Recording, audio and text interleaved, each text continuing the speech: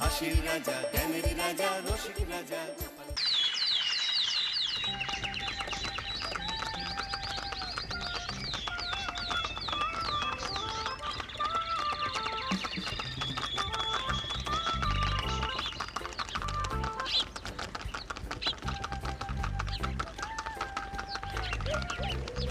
অনেক দিন পর বেশ লাগছে বন ভ্রমণ। মাঝে মাঝে কাজের ফাঁকে এইসব জায়গায় এলে মন খুব ভালো লাগে। শুদ্ধ বাতাস, মাটির সোনা গন্ধ, পাখির কলতান, আহা।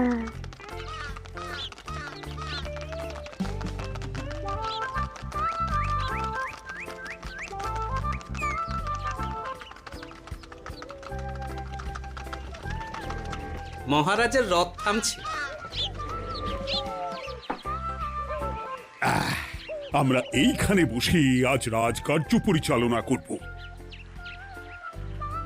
মন্ত্রী, তুমি ঝটপট এখানে বসার বন্দোবস্ত করে দাও। আমি এক্ষুনি ব্যবস্থা করে দিচ্ছি মহারাজ। এই এখানেই আমাদের বসার জন্য ছাউনি করে দাও। এক্ষুনি করে দিচ্ছি মন্ত্রী মশাই। এরা বসার জায়গাটা করে দিক, ততক্ষণ আমরা একটু হেঁটে আসি।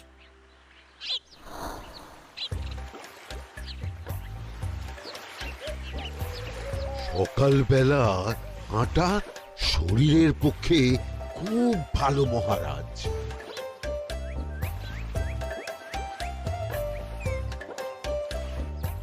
আগেকার দিনে রাজা মহারাজরা এই সব বনে মৃগয়া করতে আসতেন। মৃগয়া একদম ভালো নয় মন্ত্রী। তুমি জঙ্গলে আসছো অন্য প্রাণীদের মারতে। কেন মারবে? ওরা তো তোমার কোনো ক্ষতি করেনি। না, তা করেনি, কিন্তু তখন ওটা রাজা মহারাজাদের খেলা ছিল। শুনেছি আপনার প্রপিতামহ খুব ভালো বাঘ শিকার করতেন, অনেক বাঘ মেরেছেন। মন্ত্রী, তুমি একটা কথা হয়তো জানো না। আমার প্রপিতামহ শিকার করতেন, কিন্তু কোনো স্বাভাবিক জানোয়ারকে নয়। যে বাঘ মানুষ খেকো হয়ে প্রজাদের ক্ষতি করত, আমার প্রপিতামহ সেই সমস্ত বাঘদেরই মারতেন। এছাড়া উনি বন্য প্রাণী সংরক্ষণ করতে বড়ই ভালোবাসতেন।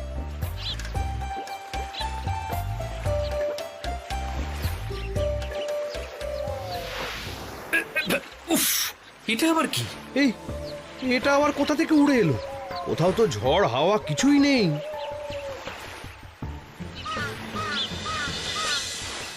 একটা ধাঁধা মহারাজ, এই কাগজে লেখা।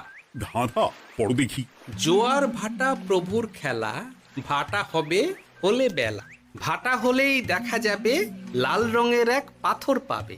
নদীর ধারে গর্ত করে যত্নে সাজাই কলস ভরে। হেথায় হোথায় ছড়িয়ে যাহা, অন্ধকারে জলে তাহা। ঢুকলে চক্ষু ঝলসে যাবে, হাতের কাছে ঘন্টা পাবে। ঠিক ঘন্টা বাজলে পরে পড়বে ঝরে থরে থরে। ঘন্টা যদি হয় ভুল, যেন তুমি হারাবে কুল। ঠিক ঘন্টা চিনতে হলে নকশা দেখো চক্ষু খুলে। সিন্দুক দেওয়ালে হাত দাও, আসল ঘটনা জেনে নাও। ওরে বাবা, খুব দীর্ঘ ধাঁধা। তা মন্ত্রী, তুমি কিছু বুঝলে? এটা একটা গুপ্তধনের নকশা। এর মধ্যে গুপ্তধন কোথায় আছে তার একটা ধারণা দেওয়া আছে। গুপ্তধন? ওটা আমাকে পেতেই হবে, পেতেই হবে। দেখি দেখি একবার কাগজটা দাও। গোপাল, কাগজটা আগে আমার হাতে দাও, দেখি ভালো করে। এখন নদীতে জোয়ার চলছে গোপাল। একটু পরেই ভাটা শুরু হবে। হ্যাঁ, ভাটা না হলে কিচ্ছু বোঝা যাবে না। এখানে স্পষ্ট লেখা আছে, ভাটা হলেই দেখা যাবে লাল রঙের এক পাথর পাবে। তার মানে আমাদের ভাটা হওয়া পর্যন্ত অপেক্ষা করতে হবে। না, সময় নষ্ট না করে ধাঁধাটার সমাধান করতে শুরু করি। ভাটা হলে একটা লাল রঙের পাথর দেখা যাবে, এই পর্যন্ত পরিষ্কার আছে। বুঝতে হবে ওর পর থেকে।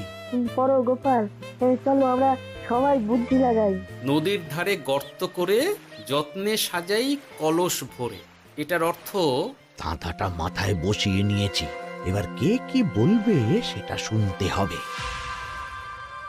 চলো গোপাল, আমরা ধাঁধা যেমন যেমন বলেছি তেমন তেমন ভাবেই চলি। চলুন মহারাজ, এখন আমাদের দেখতে হবে লাল পাথর। কোথায় আছে লাল পাথর? চলো চলো সবাই, চোখ কান খুলে আমরা নদীর পাড় ধরে হাঁটি। আমি একটু তফাতে হাঁটি। গুপ্তধন আমাকে একা পেতে হবে। ভাটা হলেই দেখা যাবে লাল রঙের এক পাথর পাবে।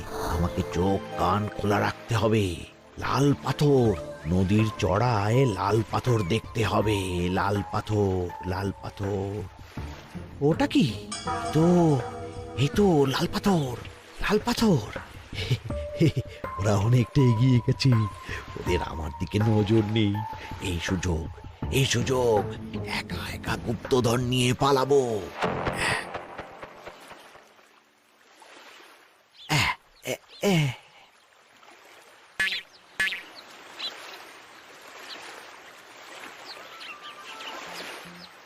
কি গো, আমরা তো হেঁটেই চলেছি, লাল পাথর তো কই দেখতে পাচ্ছি না।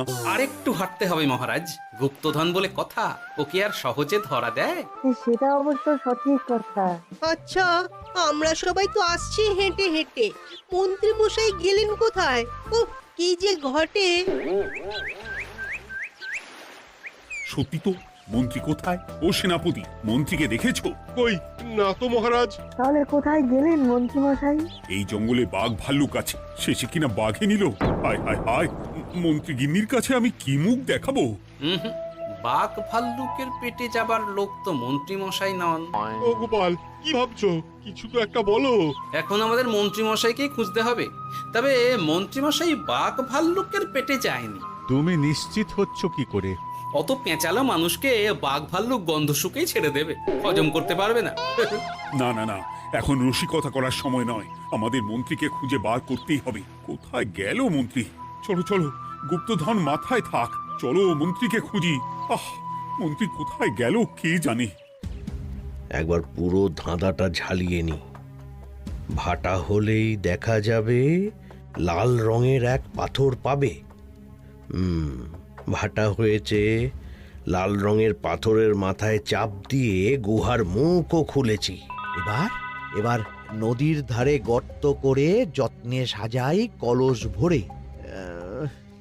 এটাই তো ঠিক বুঝতে পারছি না।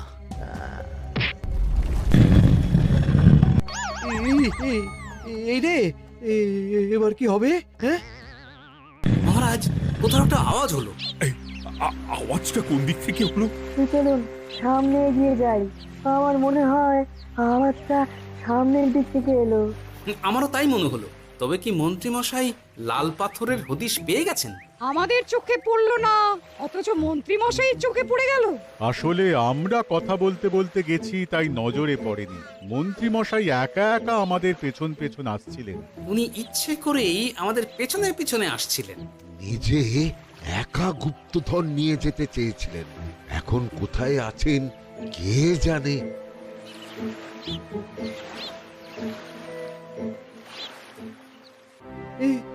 অন্ধকারে কিছু দেখতে পাচ্ছি না তো। দাঁতাতে কি ছিল? হ্যাঁ, কি ছিল? হেথায় হোথায় ছড়িয়ে যাহা, অন্ধকারে জলে তাহা, ঢুকলে চক্ষু ঝলসে যাবে, হাতের কাছে ঘন্টা পাবে। পেয়েছি পেয়েছি, ঘন্টা ঘন্টা ঘন্টাটা পেতে হবে। ঘন্টাটা ঘন্টাটা ঘন্টা। ভাটা হলেই দেখা যাবে লাল রঙের এক পাথর পাবে।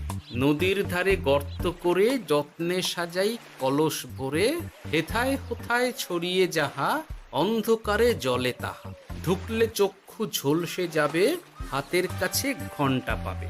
ঠিক ঘন্টা বাজলে পরে পড়বে ঝরে থরে থরে, ঘন্টা যদি হয় ভুল যেন তুমি হারাবে কুল। ঠিক ঘন্টা চিনতে হলে নকশা দেখো চক্ষু খুলে, সিন্দুক দেওয়ালে হাত দাও, আসল ঘটনা জেনে নাও। এবারে ভালো করে ঠান্ডা মাথায় ভাবতে হবে। ভাটা হলেই দেখা যাবে লাল রঙের এক পাথর পাবে। সেই লাল পাথরটাই তো খুঁজে পাওয়া যাচ্ছে না, অথচ মন্ত্রী মশাই খুঁজে পেলেন। আওয়াজটা কোথা থেকে আসছিল? এই কাছে পিঠে এই কোথা থেকে আওয়াজটা আসছিল।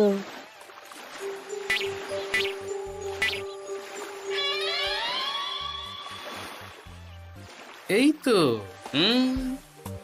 এটাই মনে হয় সেই লাল পাথর। একটু নাড়িয়ে চাড়িয়ে দেখি তো কিছু হয় কিনা।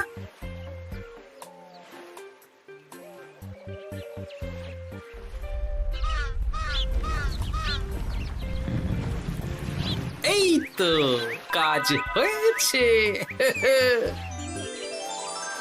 এই তো সুড়ঙ্গ। আপনারা নিচে নামুন। আপনারা কি দেখছেন সেটা বলবেন মহারাজ। সবাই যদি নেমে যাই, যদি কোনো কারণে সুড়ঙ্গের মুখ বন্ধ হয়ে যায়, তাহলে আর আমরা বাইরে বেরোতে পারবো না মহারাজ। গোপাল ঠিকই বলেছে, আমরা দুজন বাইরে থাকি। মহারাজ, আর একটা কথা, কোনো ঘন্টায় হাত দেবেন না, মনে আছে তো? ঘন্টা যদি হয় ভুল, যেন তুমি হারাবে কুল। ওরে বাবা, এই বয়সে আর কুল হারাতে চাই না। ঠিক আছে, তোমার কথাই অক্ষরে অক্ষরে পালন করব। দেখি এই সুরঙ্গে মন্ত্রীমশাইকে দেখতে পাই কিনা। চলুন মহারাজ, সুরঙ্গে নামি। সবাই সাবধানে নামো।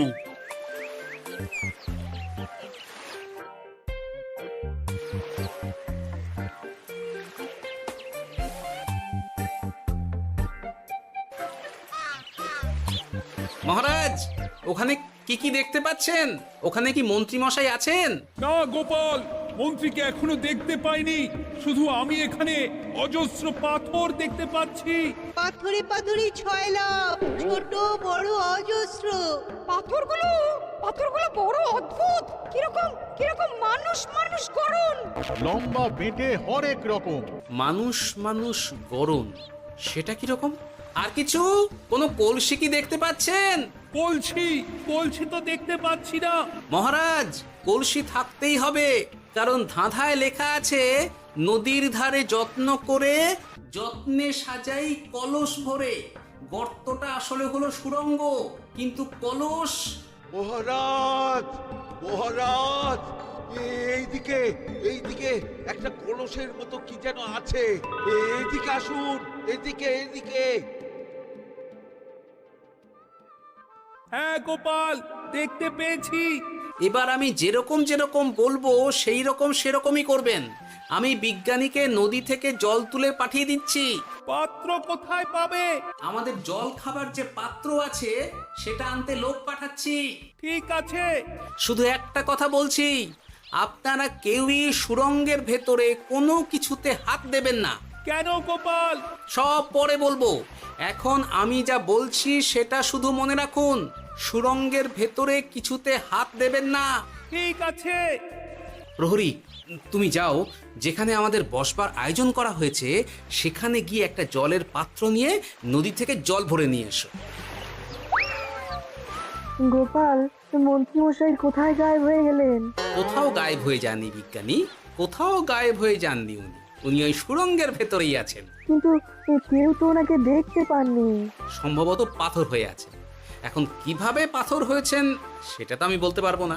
সবটাই স্বপ্নের মতো লাগছে। ঠিক যেন স্বপ্নের মতো লাগছে। এই জীবনে সুরঙ্গ দর্শন হয়ে গেল। আমাদের পাতাল প্রবেশ। পাতালে আসিয়া আমি মনে মনে বলি, গুপ্তধন নিয়ে আমরা যেন সৎ পথে চলি। তোমার এখনো কাব্য আসছে সভাকবি?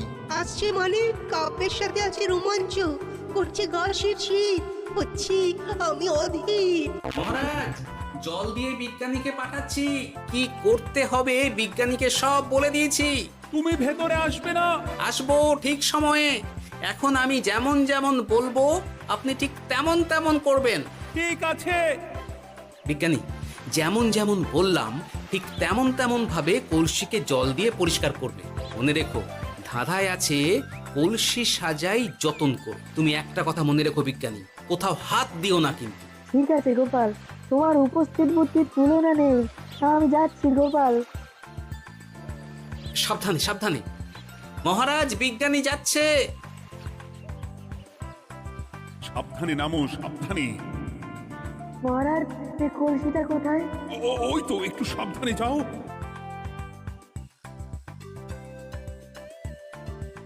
বিজ্ঞানী, কলসির দেখা পেয়েছো?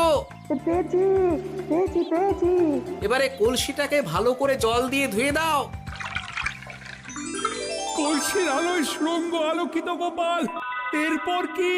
ভালো করে দেখুন মহারাজ, কোথাও ঘন্টা দেখতে পাচ্ছেন কিনা। ঘন্টা? একটা তো নয়, সার সার ঘন্টা, অনেকগুলো ঘন্টা। সাবধান, ঘন্টায় হাত দেবেন না, শুধু দেখুন।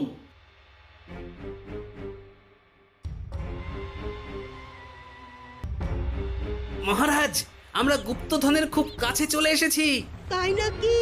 কি মজা কি মজা, এবার খাবো ক্ষীরের গজা।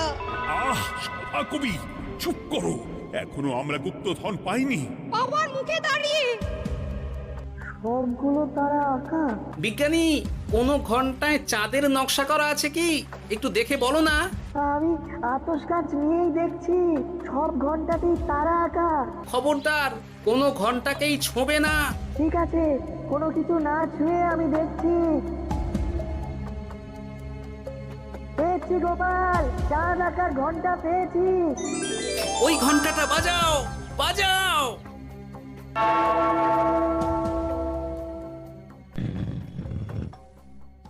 গুপ্তধন পেয়েছেন মহারাজ? বাঁচাও বাঁচাও বাঁচাও। বাঁচান মহারাজ, বাঁচান বিজ্ঞানী, মহারাজ, মন্ত্রীর গলা পাচ্ছ না? মহারাজ, আমি পাথর হয়ে আছি, আমাকে মানুষ করুন মহারাজ। তুমি তো মানুষই ছিলে, হঠাৎ করে পাথর হলি কেন? মহারাজ, গুপ্তধন পেয়েছেন? পেয়েছি, তার সাথে মন্ত্রীকেও পেয়েছি। মন্ত্রী এইখানে কোথাও পাথর হয়ে দাঁড়িয়ে আছে। দাঁড়ান মহারাজ, এবার আসছি। সাবধানে এসো। আমি ভেতরে যাচ্ছি, বুঝলে? যদি কোনো কারণে দেখো পাথরটা গুহার মুখটা আটকে দিয়েছে, অমনি তোমাদের কাজ হলো পাথরটাকে ছুঁয়ে ফেলা, বুঝলে? ঠিক আছে গোপাল দাদা। আমার মনে হয় বিপদ আর কিছু ঘটবে না, তবুও সাবধানের তো মান নেই। ঠিক আছে, তুমি নিশ্চিন্তে ভেতরে যাও। বাঁচাও, আমাদের বাঁচাও, আমাদের সবাইকে মানুষ করুন। আমাকে মানুষ করুন মহারাজ। আপনাকে তো মানুষ করা হবে মন্ত্রী মশাই। আগে বলুন, আপনি পাথর হলেন কি করে? ও, মনে পড়েছে, ধারার শেষ লাইন, সিন্দুক দেওয়ালে হাত দাও, আসল খবর জেনে না। সত্যি গোপাল, তুমি না থাকলে এই এত কিছু আমাদের সবার কাছে অজানাই থেকে যেত।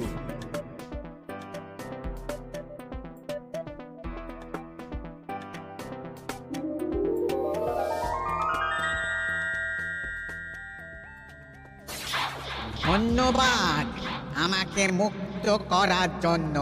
আপনি কে? আমি যক্ষ। আমাকে এই ধন সম্পত্তি পাহারা দেওয়ার জন্য এক ডাকাত দলের সর্দার যক্ষ করে রেখেছিল। আমি 100 বছর ধরে এইখানে যক্ষ হয়ে আছি। আমি তোমার জন্য মুক্ত হলাম গোপাল। এই সম্পত্তি তোমার গোপাল। সম্পত্তি নিয়ে আমি কি করব? আমি এই সব সম্পত্তি মহারাজকে দান করলাম, রাজ্যের অনেক কাজ হবে এতে। তুমি ধন্য গোপাল, তুমি ধন্য।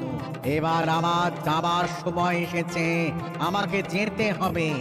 যাবার আগে এই পাথরগুলোকে মানুষ করে যান। এরা সব লোভী।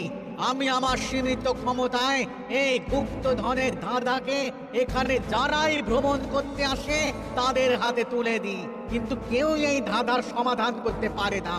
সবার মনে লোভ কাজ করে, এই লোভ এদেরকে পাথর করে রেখেছে। পাথর হলো কি করে? একটা মানুষ এসে বুক ভরা লোভ নিয়ে আধা পুরো না জেনে পাথরে হাত দিলেই সে পাথর হয়ে যাবে।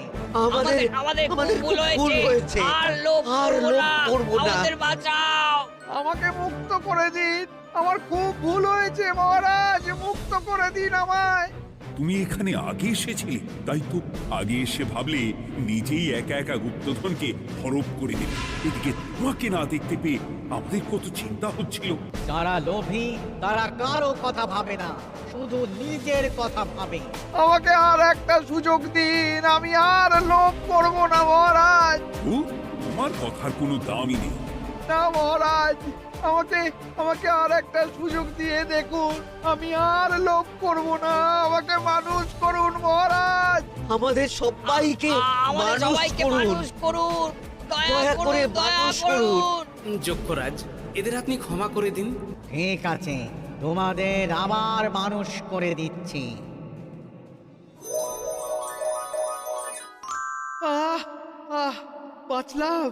বাঁচলাম। এই রকম বারবার বাঁচা যাবে না কিন্তু। এবার সাপ ব্যাং যাই হবে না কেন ওইভাবেই থাকতে হবে, এই আমি বলে দিলাম। এবার আমার মুক্তি। মুক্তি নেবার আগে আরেকটা প্রশ্ন, যে ডাকাত সর্দার তার সম্পত্তিকে রাখার জন্য আপনাকে যক্ষ বানিয়েছিল, এই সম্পত্তি তো তাদের, আমরা তো নিতে পারি না। লোভ বড় খারাপ গোপাল, অতিরিক্ত লোভ মানুষকে পশু করে দেয়। ওই ডাকাত দল এই সম্পত্তির জন্য সবাই কাটাকাটি করে মরে গেছে, কেউ আর বেঁচে নেই। সুতরাং এই সম্পত্তিতে তোমার অধিকার আছে, এই সম্পত্তি তুমি গ্রহণ করো। নিলাম আমি, কিন্তু এই সম্পত্তি মহারাজকে আমি দান করলাম। ডাকাত দল জনগণের সম্পদকে লুঠেই তো সম্পত্তি বানিয়েছে, তাই আমি জনগণের কাজে লাগবার জন্যই এই সম্পত্তি মহারাজকে দিলাম। গোপাল, তোমার জয় হোক। এবার তাহলে আমি যাই, তোমরা সবাই সুখে থেকো আর ভালো থেকো। গোপাল, তোমার তুলনা হয় না, তোমার ঋণ আমি কোনোদিন শোধ করতে পারবো না। তুমি কৃষ্ণনগরের জন্য যা করলে তা ইতিহাসে লেখা থাকবে। না মহারাজ, আমি এমন কিছু করিনি, এই কাজ সবাই করবে। জয় গোপালের জয়, জয় গোপালের জয়, জয় কৃষ্ণনগরের জয়।